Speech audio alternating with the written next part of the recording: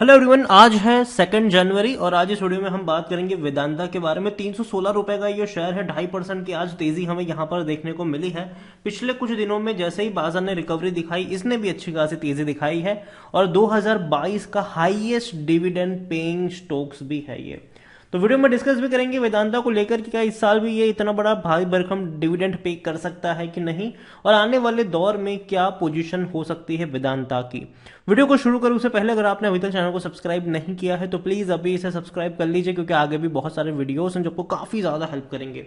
तो वेदांता लिमिटेड का जो शेयर है 316 रुपए का है। 2.5% की तेजी है एक महीने में। अगर आप देखो तो जैसे ही पिछले, अगर हम बात करें जब मार्केट टूटा था, ये भी टूट गया था 285 तक गया, लेकिन वापस फौरन से बाउंस बैक भी कर गया। इवन अगर आप पिछले एक साल की बात करें तो 10% की गिरावट है, लेकिन पिछले एक साल का अगर हम डिविडेंड काउंट करेंगे तो ये तेजी ज्यादा है। 10% से ज्यादा की मतलब गिरावट नहीं है, आप प्रॉफिट में ही हो। पिछले साल इसने 80 से 85 रुपए का आसपास का इसने डिविडेंड पे किया है। ऑलमोस्ट 82 रुपीज के आसपास का इसने पिछले साल 2022 में डिविडेंड पे किया है। परसेंटेज वाइज देखें तो हाईएस्ट डिविडेंड पेइंग स्टॉक्स बन चुका है ये वेदांता। अगर पिछले 5 साल में देखो तो 6% का ही ग्रो, मतलब 6% की गिरावट है, लेकिन अगर डिविडेंड को भी काउंट करेंगे तो तेजी काफी ज्यादा है। इवन अगर आप कोविड के वक्त यहां पर बाई करते हो, मतलब आपने करी हो, तो 65 रुपए से भी कम कीमत पर शेयर मिल रहा था और तब से लेकर अब तक डिविडेंड से ही ये 100 या 120 रुपए तक का तो आपको पैसा बनाकर दे चुका है। मतलब आपकी जो मुद्दल थी उससे डबल तो पैसा इसने आपको सिर्फ डिविडेंड से ही पे कर दिया। ठीक है, और जो शेयर प्राइस में तेजी है वो और अलग से बोनस कह लो आप यहाँ पर। और इवन अगर आप चैनल को रेगुलर फॉलो करते हो तो ये वो लेवल्स थे जहां पर मैंने कई सारे वीडियोस बनाए थे और कहा था कि खरीदारी के मौके है, खरीदो और भूल जाओ इसको।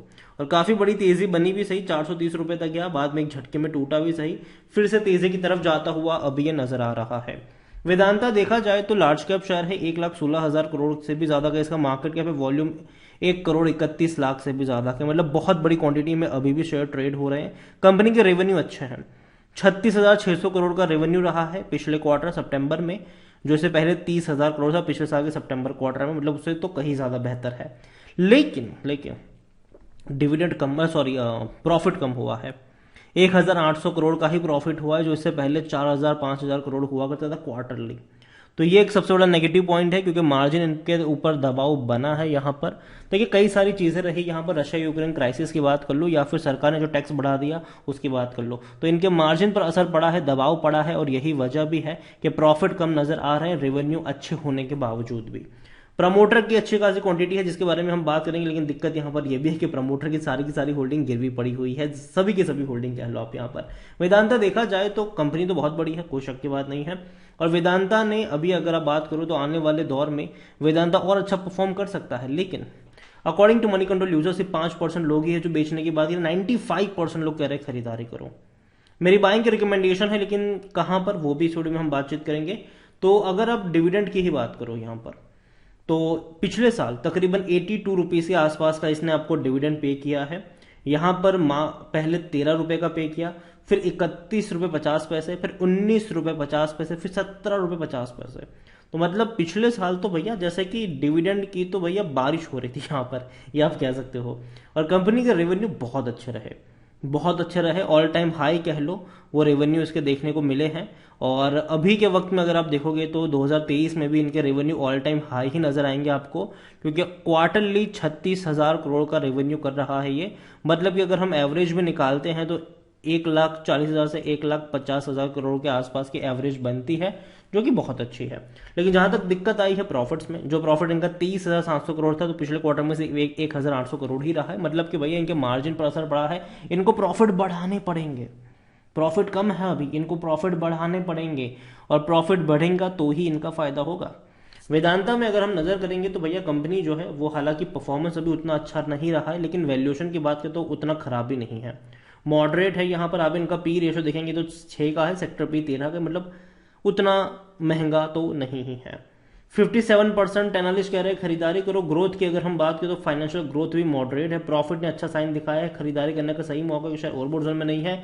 और रेड फ्लैग तो है कि भैया प्रमोटर की सारी होल्डिंग गिरवी पड़ी हुई है यहाँ पर।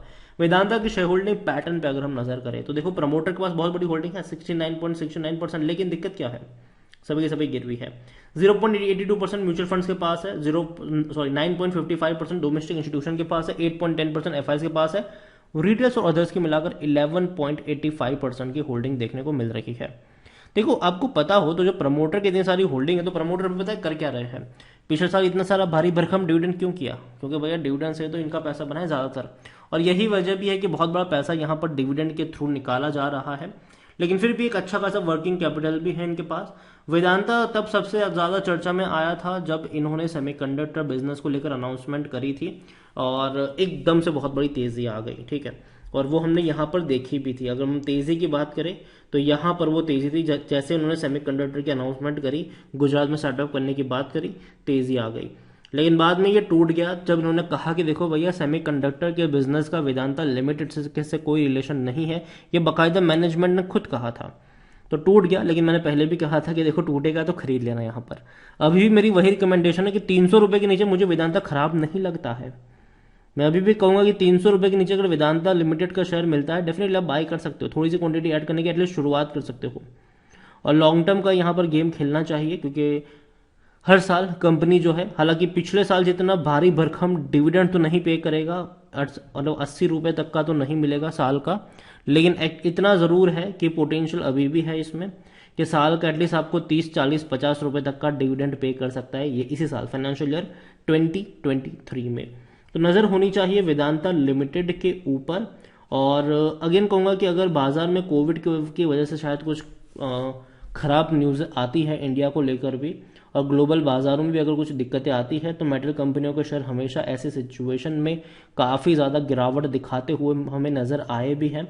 तो फ्यूचर में भी ऐसा हो सकता जरूर है, ऐसा नहीं कि कोई पॉसिबिलिटी नहीं हो सकता है, क्योंकि जाहिर सी बात है इनका जो रिलेशन है वो कहीं ना कहीं ग्लोबल इंडाइस पर भी असर डालता है। तो यही कहूंगा आपसे कि ऐसे में अगर गिरावट आती है तो डेफिनेटली नीचे के लेवल पर खरीदारी के मौके ढूंढने चाहिए। बर्बाद होने वाली कंपनी ये कतई नहीं है। और रही बात इनके सेमीकंडक्टर के बिजनेस की, तो डेफिनेटली इनका इससे कोई रिलेशन है नहीं, लेकिन कैसा कि एक ब्रांडिंग पर्सपेक्टिव से भी कहीं ना कहीं ये इनको हेल्प कर सकता है।